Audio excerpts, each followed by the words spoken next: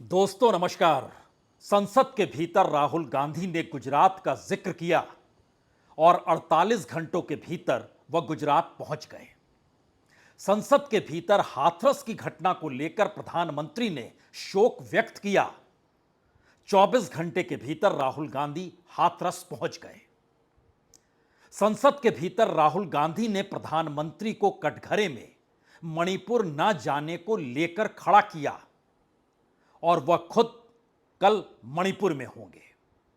राजनीतिक तौर पर भारत के संसदीय इतिहास के भीतर जब जब ये सवाल उठे हैं कि संसद की बात सड़क तक पहुंचती नहीं या सड़क की आवाज अगर संसद के भीतर गूंजने लगे तो विपक्ष की राजनीतिक सफलता तय है।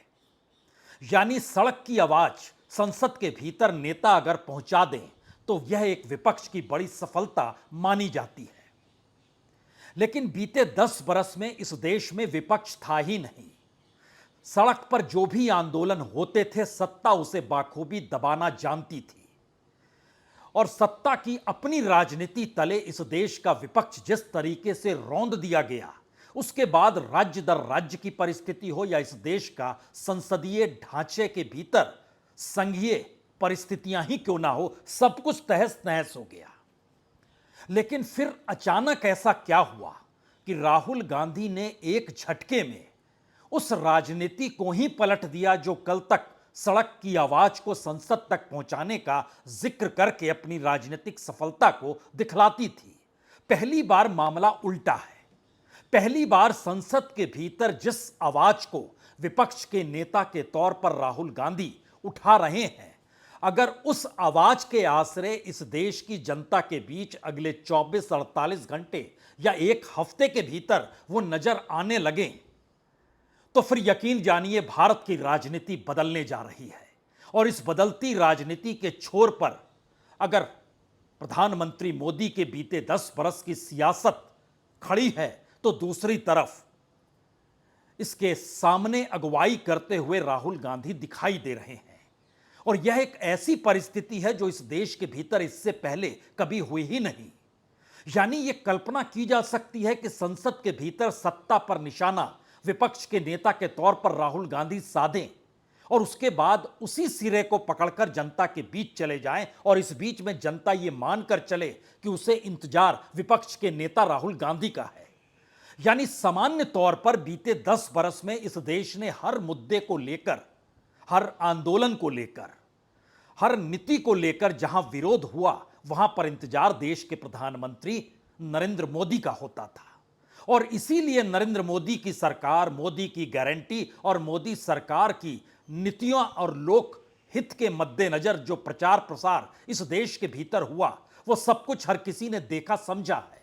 लेकिन पहली बार हर मुद्दे पर सरकार को कटघरे में खड़ा करके उन मुद्दों के आसरे जनता के बीच जाकर अगर विपक्ष का नेता रूबरू हो रहा है तो फिर दो बातें शुरू में लिख लीजिए। पहली बात तो यही है कि इस देश की जनता को इंतजार अब प्रधानमंत्री मोदी के आने का नहीं होगा, उसे इंतजार राहुल गांधी के आने का होगा।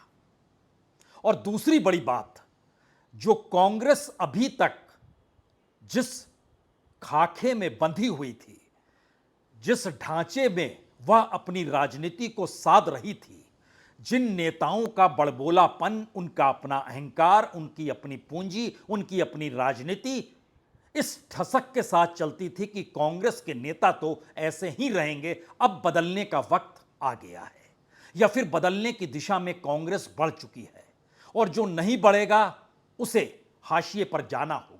यह संदेश खुले तौर पर राहुल गांधी देने की स्थिति में गुजरात में आ गए। लेकिन सवाल पहली बार उससे आगे का है और यह सवाल इसलिए कहीं ज्यादा मौजूद है क्योंकि भारत की राजनीति में जाति की राजनीति हो या धर्म के आश्रय वोटों के ध्रुवीकरण की सोच हो, इन दोनों परिस्थितियों का जिक्र इस देश के भीतर अलग अलग वक्त में अलग अलग महापुरुषों ने किया, अलग अलग नेताओं ने किया। और उन तमाम चीजों का समावेश पहली बार ऐसा लगने लगा कि जब अमृतकाल का नारा प्रधानमंत्री मोदी दे रहे हैं, इस देश की जनता के भीतर यह सवाल है कि क्या वाकई अमृतकाल की परिस्थितियां इस देश के साथ है या उनकी अपनी त्रासदी जीवन की। उसको अब राजनीति को उठाना होगा, तभी इस देश में राजनीति बदल सकती है और सत्ता बदल सकती है। यानी सत्ता को बदलने के लिए राजनीति को बदलने की जरूरत पहली बार आन पड़ी है, और उसमें एक सिरा अगर जनता के हाथ में है तो दूसरा सिरा राहुल गांधी अब पकड़ना चाह रहे हैं। इसीलिए यह कोई आसान बात नहीं है कि एक झटके में मजदूरों के बीच रहना, एक झटके में हाथरस के त्रासदियों के बीच जाकर खड़े हो जाना, और इन सब के बीच राज्य के मुख्यमंत्री को पत्र लिखकर यह एहसास कराना कि आप उन पीड़ितों से नहीं मिले, हम मिले हैं, और हम समझ रहे हैं कि उसके लिए शब्द काफी नहीं है, क्योंकि आपके राज्य का बेसिक इंफ्रास्ट्रक्चर धराशायी है, आपको मुआवजा ज्यादा बढ़ाकर देना चाहिए। यानी सामान्य तौर पर इस देश ने सत्ता के मीडिया के जरिए जो विपक्ष को खारिज किया, राहुल गांधी को खारिज किया, और जिन सवालों को मेन स्ट्रीम मीडिया को पूछना चाहिए, कल तक उस मीडिया को दरकिनार करके भारत जोड़ो यात्रा के साथ अपने राजनीतिक व्यवहार को बदलने की परिस्थिति के साथ पहली बार राहुल गांधी उन सवालों को उठा रहे हैं जो इस देश के संस्थानों के भीतर से निकलनी थी, चौथे स्तंभ के तौर पर मीडिया के भीतर से निकलनी थी। और अब उनके साथ विपक्ष के नेता का तमगा भी है।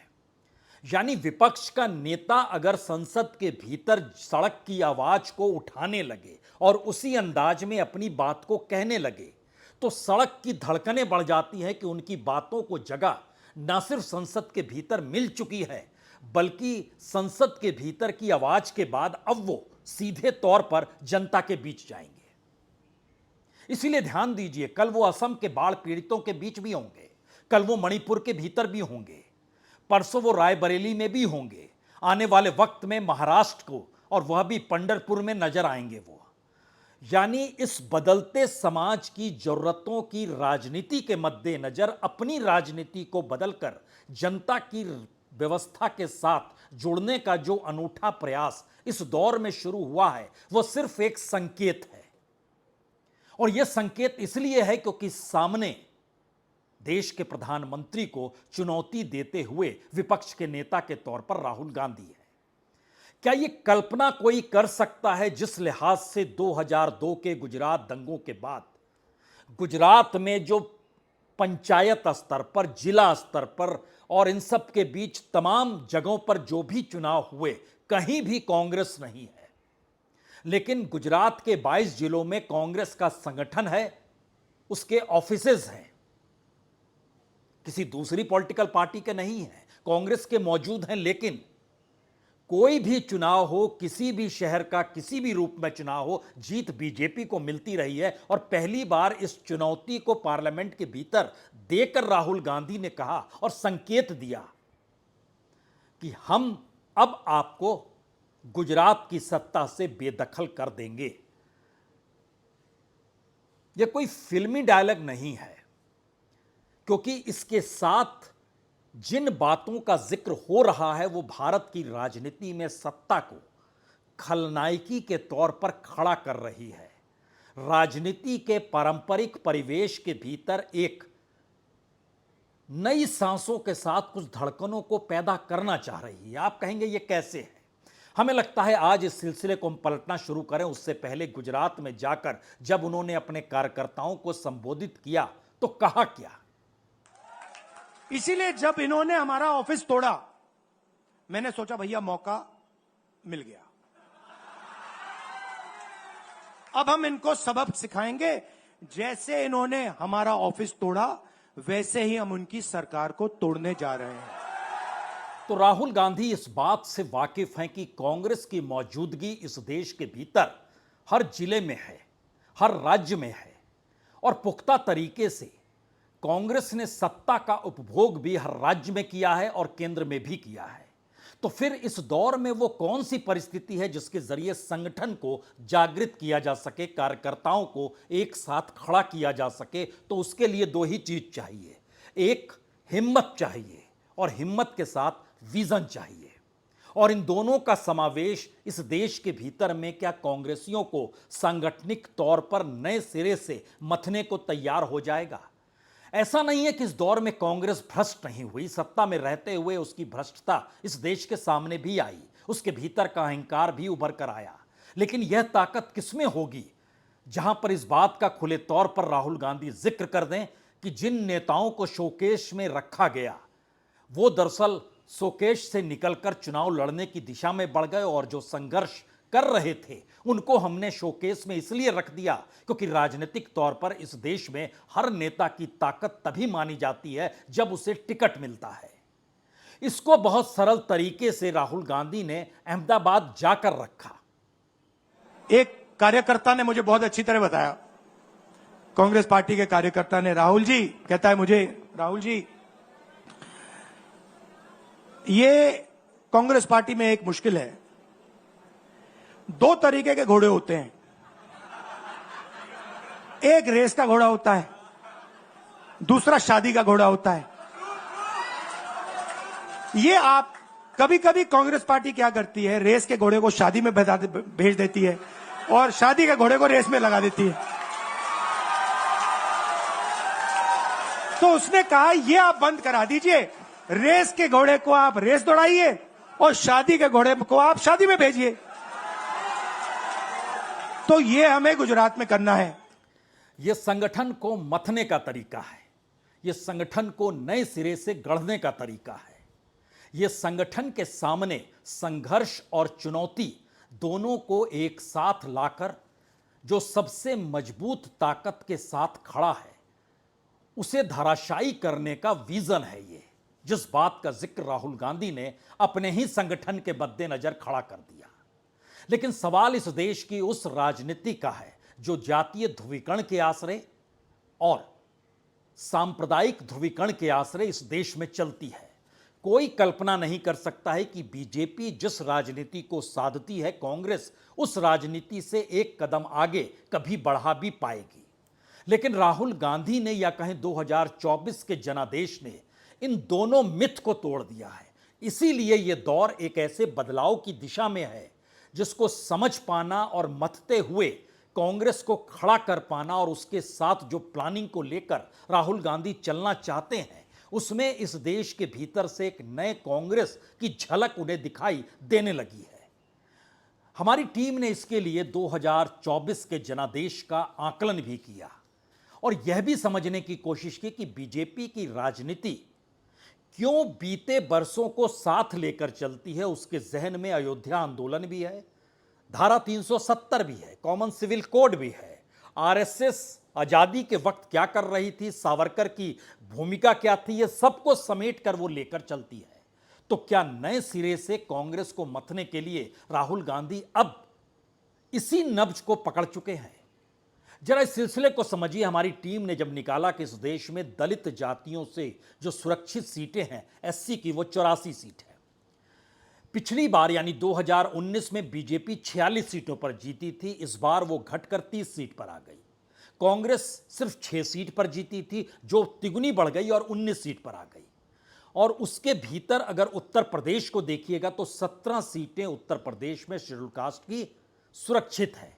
उसमें बीजेपी ने 2014 में 17 की 17 सीटें जीत ली थी। यानी जब पहली बार कांग्रेस को सत्ता से हटाने के लिए इस देश की जनता निकली तो दलितों का पूरा समूह मोदी के पीछे आकर खड़ा हो गया और 17 की 17 उत्तर प्रदेश की सुरक्षित सीटें बीजेपी के हिस्से में चली गई। 2019 में 3 सीटें कम हुई, 14 सीट फिर भी जीत गई, लेकिन इस बार 9 सीटें कम हुई और वो 8 सीट पर आ गई। और समाजवादी पार्टी ने 7 सीटें जीती, कांग्रेस ने 1 सीट जीती, नगीना की एकमात्र सीट चंद्रशेखर रावण ने जीती। लेकिन उसके बाद का सवाल यह है कि किसी भी हालत में दलित समाज समाजवादी पार्टी के साथ इससे पहले कभी खड़ा नहीं हुआ। तब भी नहीं खड़ा हुआ जब मायावती समाजवादी पार्टी के साथ थी। लेकिन समाजवादी पार्टी और कांग्रेस का गठबंधन और कांग्रेस के नेता राहुल गांधी, उनके पीछे इस देश की राजनीतिक समझ को न्याय यात्रा और भारत जोड़ो यात्रा के जरिए नए सिरे से परिभाषित करते हुए मोदी सत्ता के खिलाफ उस राजनीतिक जमीन को बनाने की पूरी संघर्ष यात्रा, इसने कमाल कुछ ऐसा किया कि पहली बार दलित समाज, जो मायावती के दौर में भी समाजवादी पार्टी के हिस्से में नहीं गया, क्योंकि पिछले चुनाव में मायावती 10 सीट जीती थी और समाजवादी पार्टी 5 सीट जीती थी। मायावती के वोट ट्रांसफर समाजवादी पार्टी में नहीं हुए थे, इसीलिए अखिलेश यादव ने कहा था अब दोबारा गठबंधन नहीं करेंगे। लेकिन मायावती को राजनीतिक तौर पर अगर बीजेपी ने सौदेबाजी के तहत या डराकर जैसे भी हाशिए पर किया, उसका असर पहली बार यह हुआ कि अगर ध्यान दीजिए, जो नन जाटव वोट है दलितों के भीतर में, यानी जाटव माइनस दलित को लीजिएगा तो 56% वो इंडिया के हिस्से में गया, और जाटव वोट भी 25% इंडिया के हिस्से में आ गया। और इसमें एक बड़ी भूमिका यहां पर अयोध्या के जरिए भी समझने की है, क्योंकि अयोध्या सांप्रदायिक ध्रुवीकरण के आश्रय इस देश की राजनीति को साधने का तौर तरीका भी था। और इसीलिए बीजेपी के भीतर हर नया नेता जो सत्ता में आता है वो पुराने काल को भूलता नहीं है। अटल बिहारी वाजपेयी आज भी याद हैं सबको, अडवाणी आज भी याद हैं, मुरली मनोहर जोशी आज भी याद है, जो भी पुराने नेताओं की फहरिस्त लीजिएगा सबको याद है। संघ परिवार के भी जो सरसंघ चालक थे वह भी सबको याद है। केसी सुदर्शन हुआ करते थे जिस वक्त 2002 के दंगे गुजरात में हो रहे थे, और क्रिया की प्रतिक्रिया शब्द उसी वक्त संघ के भीतर से निकला था। उस दौर में नरेंद्र मोदी गुजरात के मुख्यमंत्री थे। किस तरीके से गोवा में या किस तरीके से उस वक्त बंबई में सभा हुई थी, उसमें किस तरीके से उनकी कुर्सी को किसने बचाया था, सब कुछ सामने है। इसीलिए ध्यान दीजिए, अयोध्या के चुनावी परिणाम को राहुल गांधी ने उस राम मंदिर आंदोलन की परिस्थिति और अडवाणी के आंदोलन के साथ जोड़ते हुए 2024 के जनादेश को उस पूरे बीजेपी के आंदोलन को जोड़कर कहा कि दरअसल अयोध्या ने उस आंदोलन को पराजित कर दिया। यानी राजनीतिक तौर पर जो धारा इस देश में राजनीति को साधने के लिए खड़ी हुई 80 के दशक से, अब उसकी उम्र भी पूरी हो गई। यानी आप अतीत की राजनीति अब नहीं कर सकते, आपको भविष्य की राजनीति को साधना होगा। यह संदेश खुले तौर पर राहुल गांधी ने अहमदाबाद में जाकर इसलिए दिया क्योंकि वो जानते हैं कि वह भी एक हिंदुत्व की प्रयोगशाला के तौर पर बनाया गया है, और अयोध्या और राम मंदिर तो इस प्रयोगशाला के कहीं ना कहीं बीच में आकर खड़े हैं, और इसी के जरिए सब कुछ मता गया। इसीलिए वो तस्वीर बार बार रेंगती है जब रथ यात्रा पे अडवाणी के साथ एक तरफ उस वक्त गुजरात के मुख्यमंत्री नरेंद्र मोदी उस दौर में नहीं थे, लेकिन वह प्रचारक के तौर पर और बीजेपी में शामिल होने के बाद उस तस्वीर को भी वो बार बार दिखाते हैं कि उस आंदोलन में हम भी शामिल थे। तो उस पूरे आंदोलन यानी अतीत की जड़ों को आप काट कर बीजेपी के सामने एक नई चुनौती, उस नई राजनीति की रख रहे हैं, जिसको लेकर बीजेपी में अभी ट्रेनिंग हुई ही नहीं है। इसीलिए अहमदाबाद के ये शब्द बड़े महत्वपूर्ण हैं, क्योंकि जो मूवमेंट अडवाणी जी ने चालू की थी, उस मूवमेंट को जिसका सेंटर अयोध्या था, उस मूवमेंट को इंडिया गठबंधन ने अयोध्या में हरा दिया है। दरअसल राहुल गांधी अब इस बात को समझ चुके हैं कि इस देश के भीतर में भविष्य की राजनीति को साधने के लिए बिल्कुल नए मुद्दों के आश्रय और मुद्दों को लेकर संघर्ष के नए रास्तों को बनाना ही होगा। और उम्र के लिहाज से बीजेपी की तुलना में कांग्रेस अभी ज्यादा युवा है, संसद के भीतर भी और संसद के बाहर भी। राज्यों में अपने तौर पर मुख्यमंत्री चाहे युवाओं को लेकर आए हों या नए चेहरे के तौर पर नरेंद्र मोदी इस दौर में लेकर आए हों, लेकिन बीजेपी के भीतर भी यह सवाल है कि राजनीति करते हुए सत्ता प्राप्त करना शायद उस संसदीय राजनीति का ध्येय होता है जिस ध्येय को प्रधानमंत्री मोदी ने पूरी सत्ता को अपने हाथ में लेकर बीजेपी के भीतर से इस संघर्ष को भी एक झटके में खत्म कर दिया। और दूसरी तरफ कांग्रेस उन्हीं सवालों के साथ कांग्रेस के भीतर से बिल्कुल नए टीम को खड़ा करना चाह रही है, और वह उन परिस्थितियों को दरकिनार करना चाहती है जहां पे संघर्ष के पुराने तौर तरीके थे।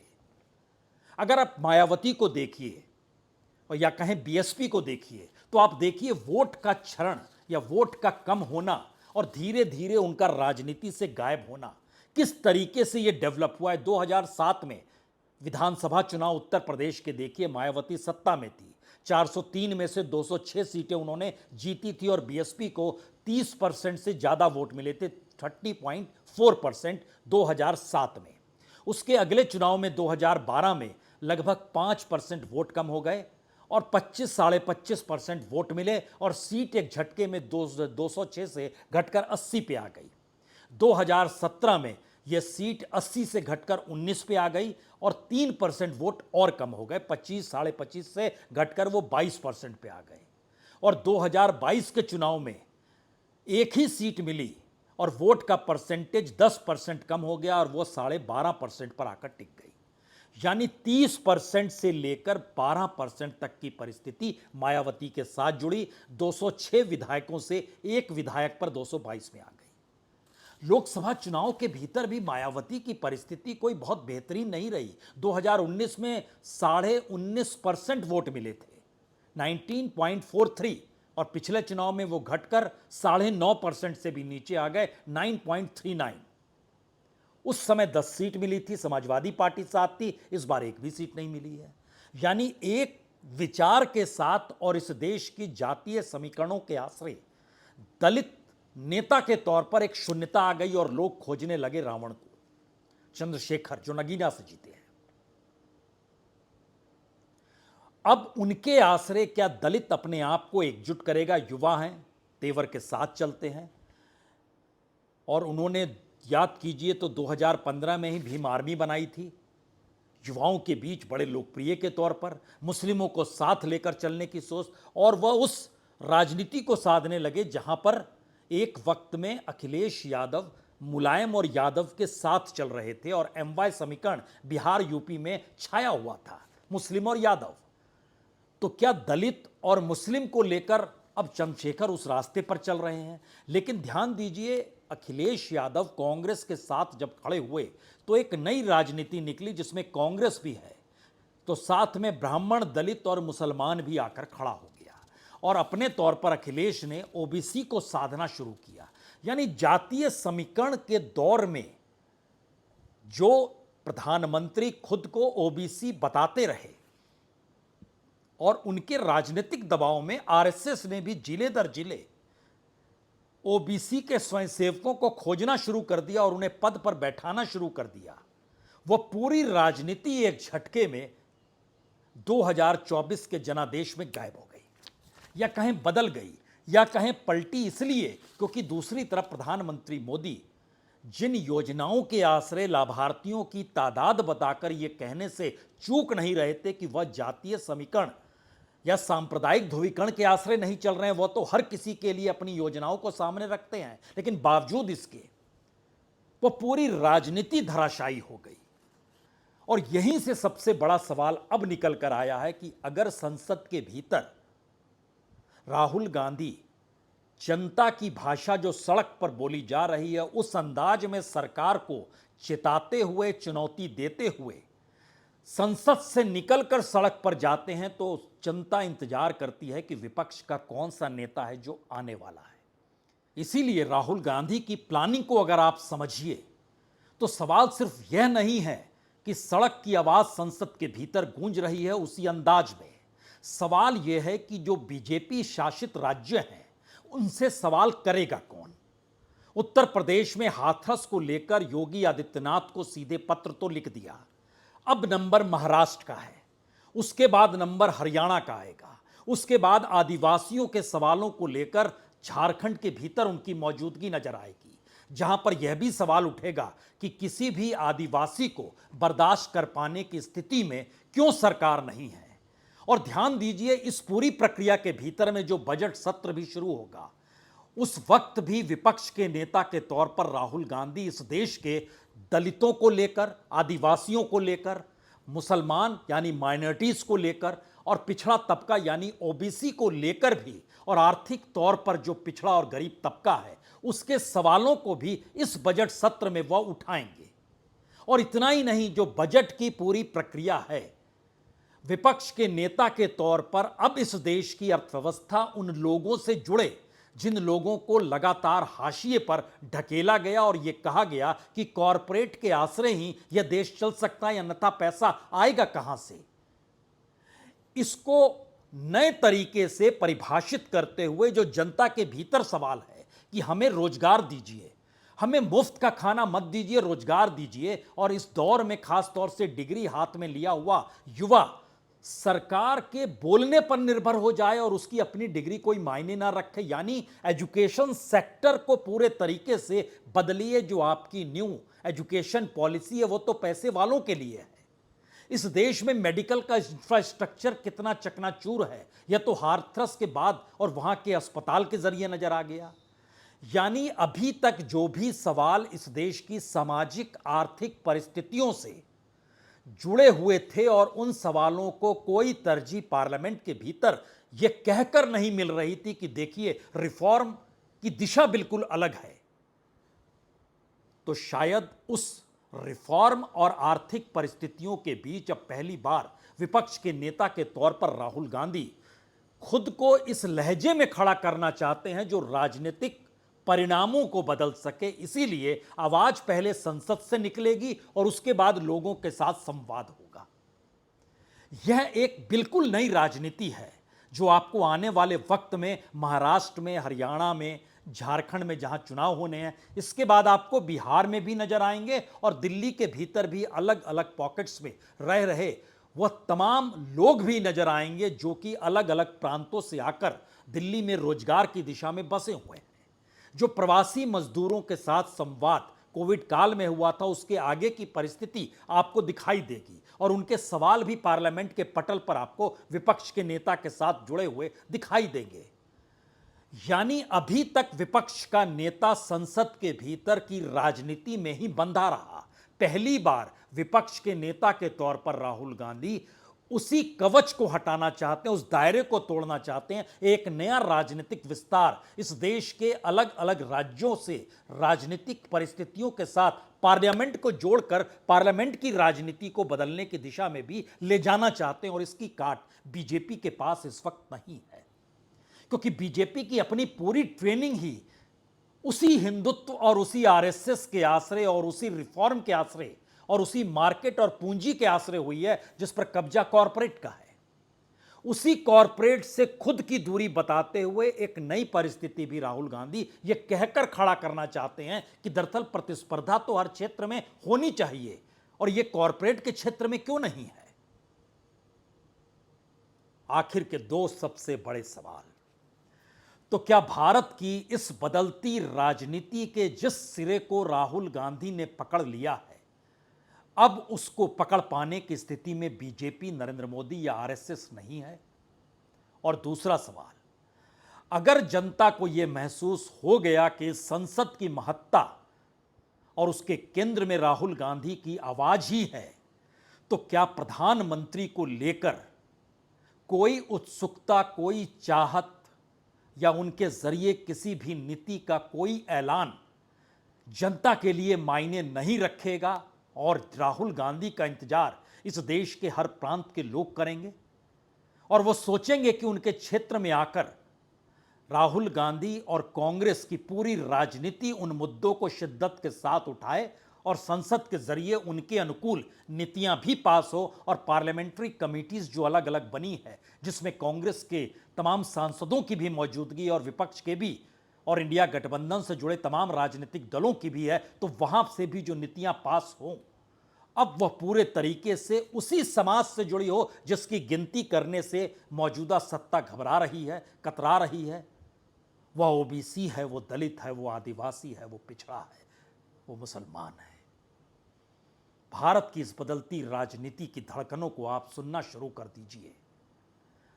हर दिन राहुल गांधी जान चुके हैं उनकी स्ट्रेंथ तभी बढ़ती चली जाएगी जब हर प्रांत में उनकी मौजूदगी होगी और संसद के भीतर वो विपक्ष के नेता तभी होंगे जब सही मायने में इस देश के भीतर जो सामाजिक, आर्थिक, राजनीतिक परिस्थितियां बीते 10 बरस से चली आ रही थी उसके विकल्प के तौर पर एक नए विजन के साथ वो जब तक आएंगे नहीं और यही सफर शुरू हो चला है। बहुत बहुत शुक्रिया, बहुत बहुत शुक्रिया।